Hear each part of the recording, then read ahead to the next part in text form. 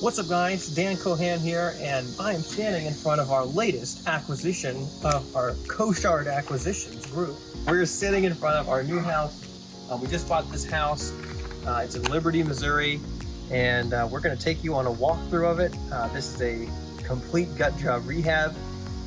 Don't know exactly what we're gonna do with it yet. We might rehab it, might sell it, but we'll go through, tell you the story of how we got this house, how we bought it, and so on and so forth. So let's go ahead and right here. So this is like about probably 1,000 square foot. Don't know exactly how many bedrooms and bathrooms. It's probably like a 2-1, maybe a 3-1. As you can see inside, it's kind of a blank canvas to work with. This is like a bungalow style with this covered patio here, and we'll go on inside. This house is pretty old. We don't know exactly how old it is, but it's probably from like pre-World War II, I would imagine. We'll get some lighting in here. As you can see, this is it's all plaster, hardwood floors. We bought it from a guy who was going to rehab it and ended up not, because he just had some other projects he wanted to work on. And so we bought it from him. And you know how we got this house, one of the biggest problems that I see for virtually any real estate investor or somebody trying to expand their real estate is finding deals. And the biggest thing that's been a game changer for us is just speed, guys. Like, you just gotta have a lot of speed when you're jumping on deals. Like for this one, how we found this deal was on a Facebook post. My business partner, Austin Bouchard, was simply, we were just sitting in the car, actually at another one of our rehab projects on the weekend. We saw a Facebook post, guy said, hey, I got this house in Liberty.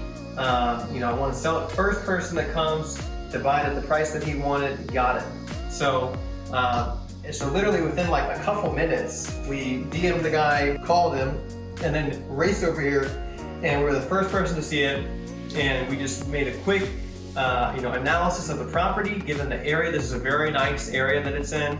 And we actually quickly looked at the comps for this property. And this is a complete gut. This is gonna be a total, we'll walk around it here. We actually saw a comp down the street for a lot, and the lot sold for more than the guy was asking for the house. So, a lot of these things, because you have to be so quick on a lot of these deals, you really don't have a lot of time to make a lot of analysis. The best thing you can do is just to limit your downside on a lot of this stuff. And it's like, as long as you know you're not gonna lose money, and you really have to make a split-second decision where you need to decide right there. Because in this market, guys, if we didn't buy that house right then, he would have somebody else come and buy it right after us, right? So protecting our downside, making and having a good knowledge from other projects, we were able to quickly be like, hey, we'll pay this price, let's go ahead and get this thing under contract. So we went ahead and did that, and got this thing under contract. The guy was really easy to work with, real flexible. We just had to wait for a refinance to close on another property, and then we were able to close on this house just a couple weeks later. But guys, it's not as complicated as it sounds. Literally, when we went and bought this house, we actually just drove over to the guy's house in another neighborhood, and he's like, oh, you don't need to put in earnest money. We literally just wrote the contract up on the back of a piece of paper, and then send him a regular real estate contract later. Like, people are people. Once it seems most people, especially if they're investors and stuff like that, usually pretty good about their word. Nobody wants to lose face or anything like that. So generally, people are pretty good about that. So as you can see here, guys, this is like pretty old, outdated. It's been sitting here a long time. I think the guy had it for a little while, and then just didn't do anything with it. The foundation is actually, which we'll go and walk around the outside of the house, it's on blocks. It's like a block foundation, like pier and beam foundation. So it's a little, like, the house is pretty straight, but it needs a little bit of foundation work. But for the price, and the comps for this house and stuff, we think that it's gonna be, all that factored in very quickly. With our loose numbers of what rehabs cost, we definitely could make this work. Going in here, this is the bathroom. Unfortunately, all the lights are out in this place. We don't have the electricity on right now. I don't even think that we can see back here. There's everything's pretty much disconnected. I mean, this toilet's not in the right spot, the bathtub. I mean, this would be like a total, this is like a total gut kind of house. Like, I've looked through some other projects and stuff like that, and some of this stuff can appear very, very intimidating. Like, even for myself, I'm not really managing the day-to-day, projects and stuff like that. But guys, everything can be fixed, right? Like, everything can be, this is actually an addition of the house right back here. And so this is actually not original, but whenever they added this, you know, it does add a good amount of square footage. So we'll probably work on this. You know, I'm sure this will stay with the house because this is going to add some value for sure.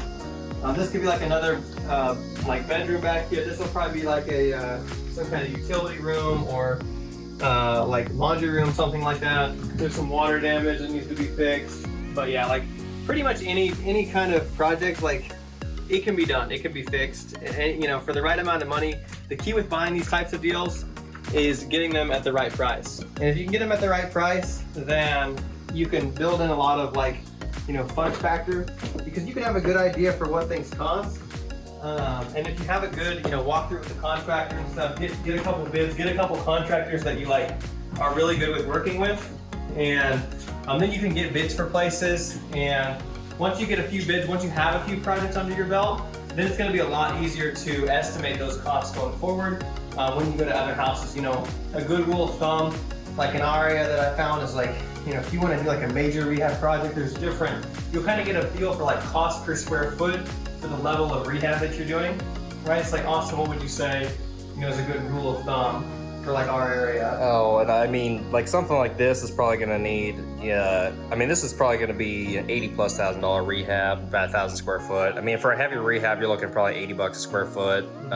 You know, give or take, it could be more. In this case, it may be more depending on the square footage. You know, maybe a light rehab saves around like $40 a square foot, but again, it all just depends. There's a lot of different factors that go into it. And starting out, it's definitely better to go from like a line by line. Hey, it's going to cost $8,000 for the HVAC, $5,000 for paint, $5,000 for flooring, versus when you start getting more deals under your belt, you can start kind of estimating some stuff with quick and dirty numbers to get deals done quick. Exactly, because what will happen is, like, you know, definitely get a couple of deals under your belt, you know, work with some contractors and stuff. But then once you get going, you know, you can kind of like subconsciously you'll just kind of know like what things cost, and so you can very quickly tally, you know, what things will cost. And always, you know, be very conservative with your numbers. You know, make sure that there's going to be a lot of meat on the bone. Like every deal we're going for is like a 30% profit margin from the total cost of the project to the ARV. So like if we're trying to buy like, you know, we want the total cost purchase price plus cost of rehab for like to be $100,000. You know, we want that house to be worth at least $130,000 on the front end. It's like, you know, going into something, it may be hard to achieve those kind of numbers. Especially some people are like shooting for like 20% profit just because the market's high right now, but those deals are out there for 30%. You just gotta look long and hard. You know, if you just wanna get some things started, like you might be able to take a deal like that just to get some experience and stuff like that, but always be looking for those, you know, higher margin deals to account for things that like, cause you can always factor in like a 10% fudge factor for overages, because there's always things that you're not gonna know about or that you missed or that, you know, are more expensive than you thought. Just make sure you give yourself a lot of padding. One thing with this rehab that we're doing here, once we get it done, we're gonna wanna turn it into a rental property. So I actually self-manage my rental properties, and the best tool that I use is actually Rent Redi rental property management software, which helps me collect rent automatically, screen my tenants automatically, put out posts, and handle maintenance requests, guys.